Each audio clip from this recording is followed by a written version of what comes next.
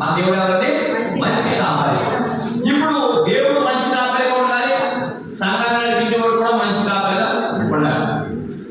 ఇప్పుడు మీరు ఎవరైతే మంచి కాపరత్వాన్ని మీరు అంగీకరిస్తున్నారో ఆ కాపరి ఏం చేయాలంటే దేవుడికి విధేయత కలిగి జీవించాలి, ఆ విధేయతను బట్టి వాక్యాన్ని బోధించాలి. మీరు కూడా అటువంటి విధేయత కలిగి జీవించే వాళ్ళ ఉండాలి. ఇప్పుడు నేను మీకు వాక్యం చెప్పుకుంటూ వెళ్ళిపోతున్నాను, కానీ నేను జీవిస్తుంది అనుకోండి, అడిగే బాధ్యత మీ అందరిపైన ఉండాలి. ఎవరిపైన ఉంటుందని మీకు చెప్తున్నాను. ఇప్పుడు నేను మాస్టర్ కదా, నేను చెప్పుకుంటూ పోవడమే కాదు, నా ప్రజలు కూడా సరిగ్గా ఉండాలి.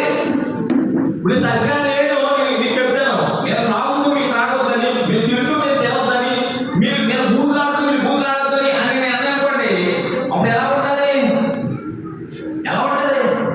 చాలా శ్రాగా ఉంటుంది, తప్పుడుగా ఉంటుంది ఆ మార్గం. అప్పుడు అంటే ఎవరు నీవు ఆ పని చేయకుండా అప్పుడు మాకు చెప్పు, అవునే కదండి. ఇప్పుడు ఏం చెప్తున్నాను, నేను ఏదైతే వాక్యం చెప్తానో ఆ వాక్యాన్ని సరిగా ముందు నేను జీవించా కాపాడాలి, తర్వాత మేము చెప్పాలి. హల్లెలూయా, హల్లెలూయా. ఇప్పుడు నేను చెప్తున్నాను, నేను ఏదైతే మాటలు చెప్తానో ఆ మాటలు నేను విధేయత